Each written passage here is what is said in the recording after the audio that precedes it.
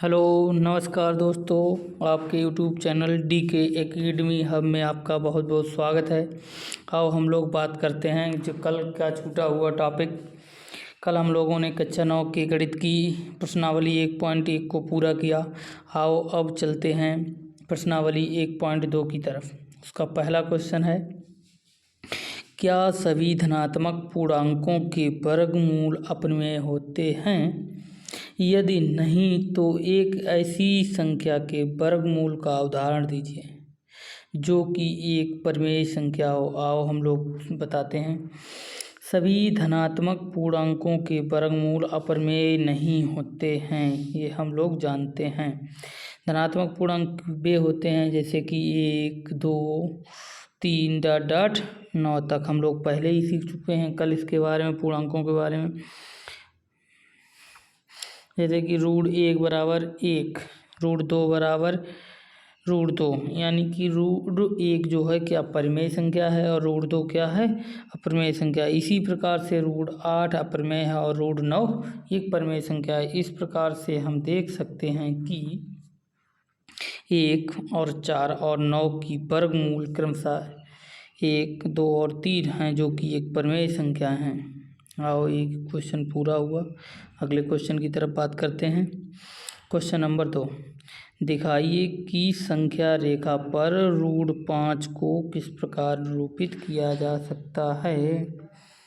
सबसे पहले हम संख्या रेखा को बनाएंगे जिस पे +0 से लेके +3 तक जाएंगे और 0 से लेके -3 तक जाएंगे, क्योंकि हमें √5 की वैल्यू प्राप्त करनी है। 5 की वैल्यू प्राप्त करनी है जैसे कि दिखाया गया है चित्र में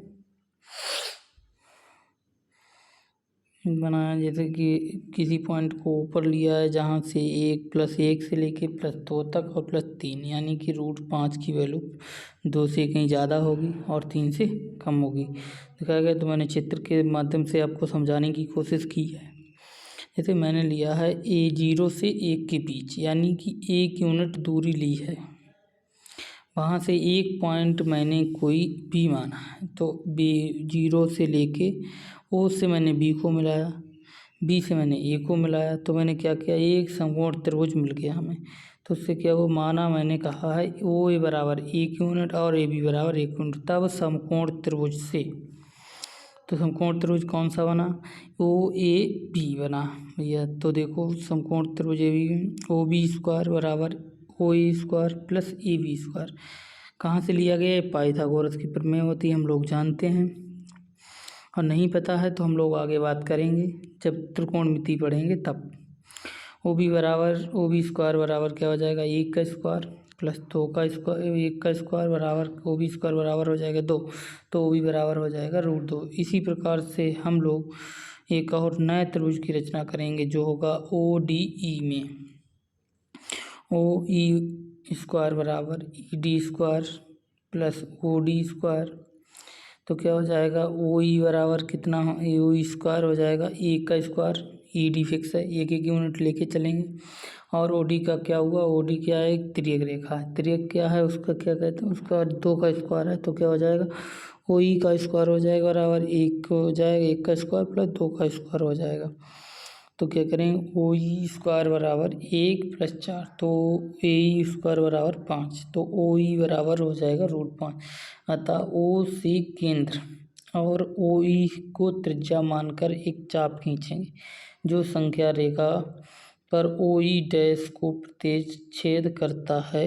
तब OE बराबर OE' बराबर √5, जो कि हमने संख्या रेखा पर पहले ही प्रदर्शित कर दिया है।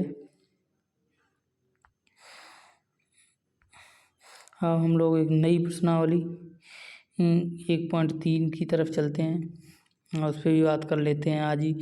निम्न भिन्नों को दशमलव रूप में लिखिए और बताइए कि प्रत्येक का दशमलव प्रसार किस प्रकार किया जा सकता है। हम लोग जानते हैं दशमलव की बात होती है कि 1 का 10वां हिस्सा ही क्या कहलाता है, दशमलव, यानी कि 10वें हिस्से को क्या कहते हैं, दशमलव कहते हैं। यानी किसी चीज़ को 10 बराबर हिस्सों में बांटने को उसे दशमलव कहते हैं। चलो ठीक, पहला सवाल है 36/100 क्या है 36/100। दूसरा आई 1/11 है। उसके बाद 4 सही 1/8 है।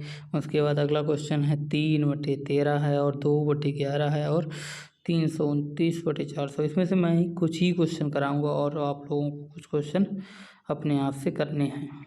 जैसे कि पहला मैं करा देता हूँ, जैसे आपको पता चल जाए।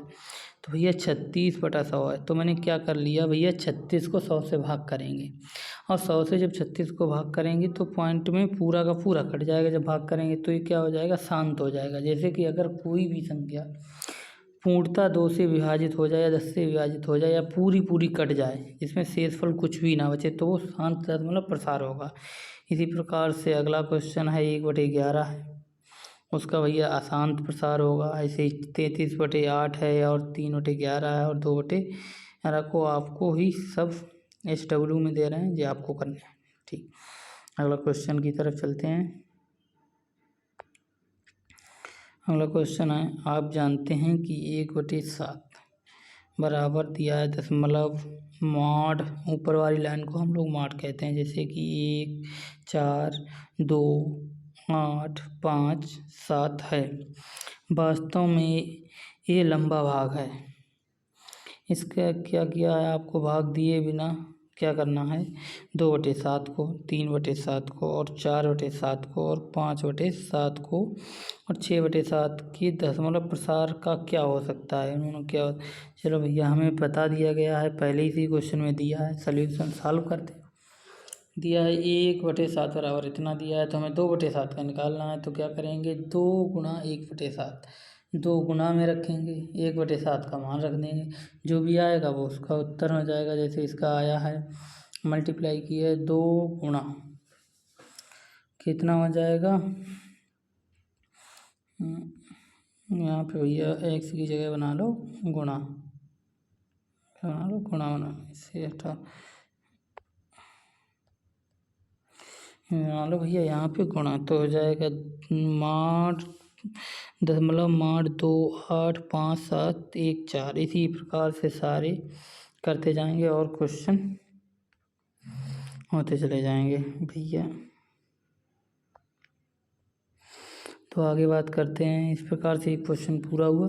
क्वेश्चन 3 की तरफ चलते हैं। क्या कहते हैं, निम्नलिखित को P/Q के रूप में व्यक्त कीजिए, जहाँ P और Q पूर्णांक हैं जबकि मैंने Q का मान 0 नहीं। जब P/Q में किसी पूर्णांक को व्यक्त करते हैं तो Q का मान 0 नहीं होना चाहिए। तो यह दिया है दशमलव 6 का मार दिया है। चलो भैया ठीक है। फिर दिया है 0.47 पे मार दिया है। फिर क्या किया है, तीसरा क्वेश्चन है 0.001 का मार। तो पहला क्वेश्चन चलते हैं, हम लोग एक करेंगे और आप लोगों को करने हैं। फिर भी मैंने सोल्यूशन में सारे क्वेश्चन कराए हैं, आपको कोई चिंता करने की बात नहीं है। हमारे यहाँ सब कुछ मिलेगा, कहीं जाने की आपको ज़रूरत नहीं है। निश्चित क्वेश्चन मिलेंगे, वो आपके सीधे यहीं से परीक्षा में पूछे जाएंगे। पहला क्वेश्चन है, आओ क्वेश्चन की तरफ चलते हैं। पॉइंट 6 का मान है, तब माना x बराबर कितना, 0.6 मान ले लिया। मान लिया है कि हमने कि ये वैल्यू x के बराबर है। ठीक, तो मैंने क्या कहा है भैया, जब मान दिया है तो ऐसी संख्याएं मान के अंदर बहुत सारी होंगी, इसीलिए क्या किया, 60 लिखने के लिए हम लोग मान का यूज करते हैं। दोनों तरफ क्या करेंगे, 10 से मल्टीप्लाई कर देंगे, क्योंकि हमें भैया क्या परिमेय संख्या में P/Q में बदलना है, तो हमें भिन्न रूप में लाना पड़ेगा इसे। तो 10 से मल्टीप्लाई करेंगे तो 10x हो जाएगा बराबर 10 गुणा हो जाएगा 0.6 माड। तो क्या हो जाएगा भैया, जब 10 से मल्टीप्लाई करेंगे तो 10x ये तो बना ही रहेगा, इधर वाले में कुछ बदलना हो जाएगा। उसमें कह रहा भैया माड है 6, तो यानी कि 6 6 6 6 बहुत सारे होंगे, तो यानी कि 1 से मल्टीप्लाई करेंगे तो 1 बाहर आ जाएगा, तो 6.6 रह जाएगा। इसे मान लेंगे समीकरण 2। अब क्या करेंगे, समीकरण 2 में से समीकरण 1 को घटा देंगे, घटा देंगे तो बच्चे हमने घटाया 10x बराबर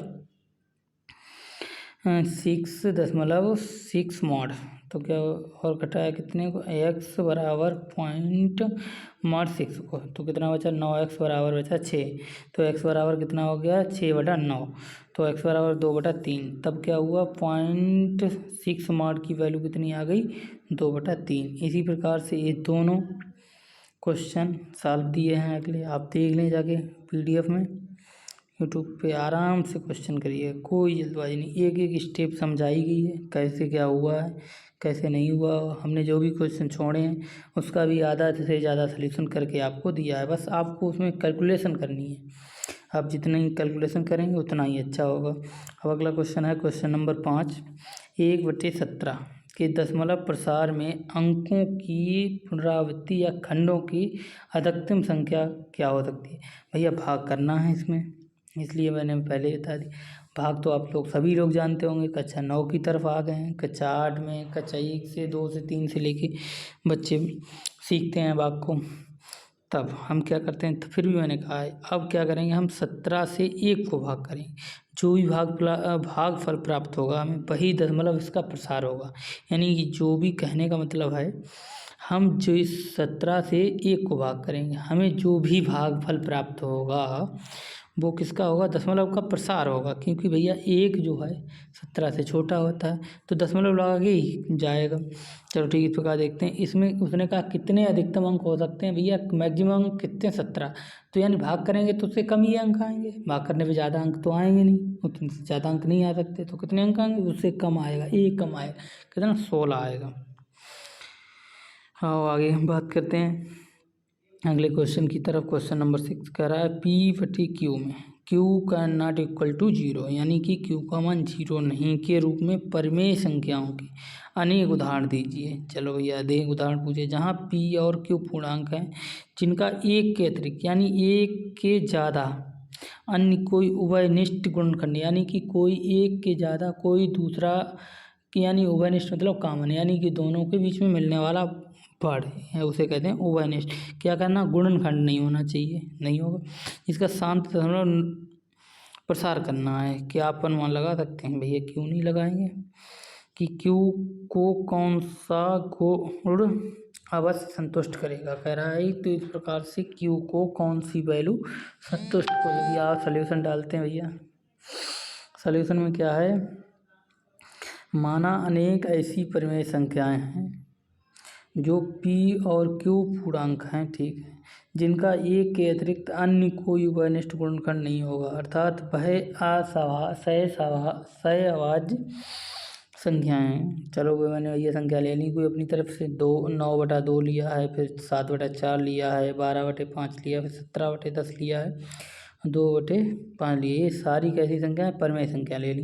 तब इनका प्रसार क्या हो जाएगा भैया, 9/2 को क्या करेंगे, 2 से भाग कर देंगे तो कितना आ जाएगा, 4.5 आ जाएगा। इसी प्रकार 7/4 से भाग करेंगे, इसी प्रकार 12/5 से भाग करेंगे, इसी प्रकार 17/10 से भाग करेंगे, इसी प्रकार 2/2 से भाग करेंगे तो अलग अलग नई नई संख्याएं प्राप्त होंगी। तो क्या देखने को मिला है इस सवाल में, शांत प्रसार के लिए Q का मान अभाज्य गुणनखंड 2 की पावर n है और 5 की पावर n है, तब दोनों संख्याओं के रूप में क्या गुणनखंड हो सकते हैं, 2 की पावर n गुणा 5 की पावर n। यानी कि हम इस संख्याओं में क्या 2 से विभाजित कर रहे हैं, संख्याओं को 5 से विभाजित कर रहे हैं।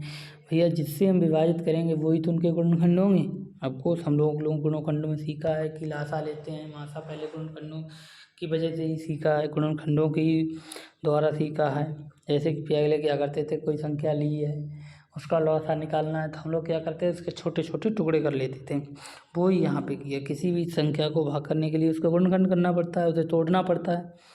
ठीक है, अगला क्वेश्चन की तरफ चलते हैं। क्वेश्चन नंबर 7, ऐसी 3 संख्याएं बताइए जिनके दशमलव प्रसार अवसानी हों। अप्रमेय संख्याएं अवसानी होती हैं। भैया हम लोग पहले कह चुके हैं, अप्रमेय संख्याएं कैसी रूढ़वादी संख्याएं होती हैं और उसमें पाई शामिल कर ली। भैया √2 हो, √3 हो और √5। उसने 3 पूछा है तो मैंने तीनों बता दी। ये तीनों कैसी अप्रमेय संख्याएं हैं। क्वेश्चन नंबर 8 की तरफ चलते हैं। परिमेय संख्या 5/7 और 9/11 के बीच की 3 अलग अलग परिमेय संख्याएं बताओ। अपरिमेय पूछा है, सॉरी गलती हो गई, उसने नहीं, अपरिमेय नहीं, अपरिमेय संख्याओं के बारे में पूछा है। तो बात करते हैं, आप सॉल्यूशन डाल लो भैया, लिख लो सॉल्यूशन, उतार लो सवाल को 5/7 और 9/11 को। तब हम लोग क्या करेंगे, 5/7 क्या करेंगे, वो भैया दशमलव में प्रसार कर देंगे, यानी क्या करेंगे, लेंगे और 5 को लेंगे सीधे 7 से भाग कर देंगे। भाग को क्या करेंगे, एक लंबे डिजिट तक कर लेंगे और उसको इसी प्रकार से क्या करेंगे, 9/11 को भी क्या करेंगे भैया, 11 से 9 को भाग कर देंगे, जो भी आएगा भागफल उसे लिख लेंगे। तब कह रहा है अब क्या हमें एक संख्याएँ मिल गई हैं, कि दशमलव प्रसार पूछा है तो दशमलव संख्याएँ मिल गई हैं। कौन सी मिली है, 0.5/7 बराबर मिला है हमको 0.71428 ये मिला है। और इसके बाद क्या मिला है, और 9/11 का मिला है 0.8181818181 जेटर, इसी प्रकार से नई संख्याएँ मिलेंगी। तब हमें क्या करना है, इन दोनों के बीच की 3 अप्रमेय संख्याएँ बतानी। भैया अप्रमेय संख्याएँ वे संख्याएँ होती हैं जो क्या हो, पूर्णतः विभाजित नहीं होती हैं। अब इनके बीच में जितनी भी संख्याएँ आएंगी अब हम लोग लिख लेंगे। उसके बाद जो भी बचेंगी जो पूर्णतः विभाजित नहीं होगी, जैसे कि 72 0 1 1 करके विभाजित नहीं होगी, वो नहीं विभाजित होंगी। इस प्रकार से मैंने 3 संख्याएँ आपके लिए लिखी हैं, आप लिख लें।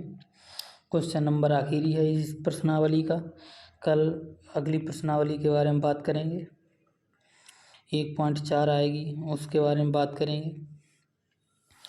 अब क्या है इसमें देखो, आखिरी क्वेश्चन कह रहा है निम्नलिखित में कौन संख्याएँ प्रमेय हैं और कौन सी अप्रमेय है। रूट 23 दिया है भैया, रूट की कितनी होती हैं संख्याएँ, अप्रमेय संख्याएँ, कौन सी जो अभाज्य संख्याएँ पर रूट में हो वो कैसी हो जाएंगी, अप्रमेय संख्या। अब कह रहा है रूट 225, ये मैंने क्या किया आपको बता दिया प्रमेय संख्या है, तो आप कहेंगे सर ये कैसे प्रमेय संख्या होगी। भैया जैसे कि ये पूर्णतः विभाजित है, देखो मैंने क्या किया है 15×15, यानी रूट को ख़त्म करने का मतलब 2 फैक्टर सेम हो, एक जैसे कोई 2 गुणनखंड मिल जाए हमें तो क्या होता है, रूट ख़त्म हो जाता है। रूट पे 2 ही की गुणा तो चलती है, ये बात आपको सही है, 2 ही गुणा होती है रूट में, 2 से ही पावर कटती है। चलो ठीक है, तो भैया कैसे, ये प्रमेय संख्या। अब कह रहा है अगला है तीसरा है कि 0.3796 बराबर क्या, मैंने कह दिया सर प्रमेय संख्या है, तो आप कहेंगे सर ये कैसे हो गई। भैया इसे नहीं मानते हो आप तो 2 से भाग करके देख लो, 2 से पूर्णता कट जाएगी वो भैया प्रमेय संख्या हो जाएगी। हम पहले ही बात कर चुके हैं प्रमेय संख्याओं के बारे में, जो संख्या 2 से पूर्णता विभाजित हो जाए, कोई शेष फल ना बचे, तो वो कैसी प्रमेय संख्या होगी।